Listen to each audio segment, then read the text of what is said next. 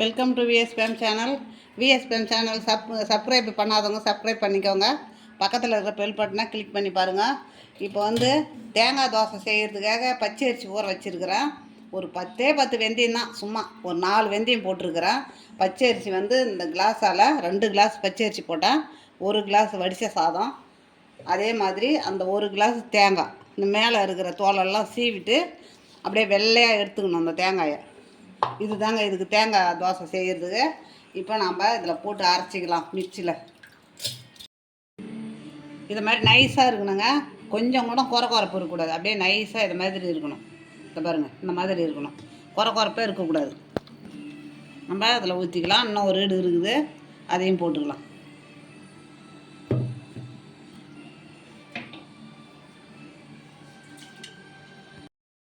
அரைச்சி முடிச்சாச்சுங்க, ஊற்றிக்கலாம். இப்போ கழுவி ஊற்றிக்கோங்க. உப்பு போட்டுக்கலாங்க, இதுக்கு தேவையான உப்பு போட்டு குழப்பி வச்சிடலாம் மாவை. இது இந்த ராத்திரி பூரா அப்படியே இருக்கட்டுங்க. காலையில் எடுத்து மாவு புளிச்சிருக்குதான்னு பார்க்கலாம். போச்சு பார்த்துட்டு ஊற்றிக்கலாம். நம்ம தேங்காய் தோசை அவ்வளோ சூப்பராக இருக்குங்க. இது மாவு புளிச்சிட்டு பாருங்கள், ராத்திரிலாம் புளிச்சிருக்குது. ராத்திரிலாம் நம்ம வச்சிட்டோம் புளிக்கிறதுக்கு. இப்போ நல்லா புளிச்சு போச்சு, கல்லி காயுது. கல்லியில் இப்போ நம்ம எண்ணெய் தடவி ஊற்றிக்கலாம்.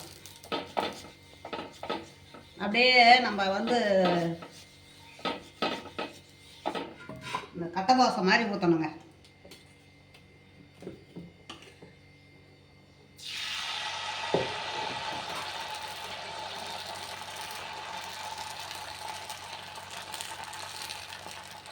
அவ்வளோதாங்க.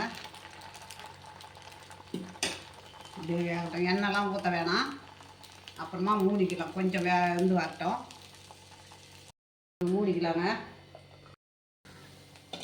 வெந்துடுதுங்க, நம்ம எடுத்துக்கலாம். தேங்காய் தோசை ரெடி ஆகிடுதுங்க. இந்த மாதிரி தாங்க இருக்கும். நல்லா பின்னாலெலாம் பொசுன்னு எப்படி இருக்குன்னு பாருங்கள். நல்லா சூப்பராக இருக்குது பாருங்கள். இந்த தோசை தேங்காய் தோசை அவ்வளோ ஒரு சூப்பராக இருக்கும். அதுக்கு தேங்காய் சட்னி, அப்படி இல்லைன்னா தேங்காய் பால்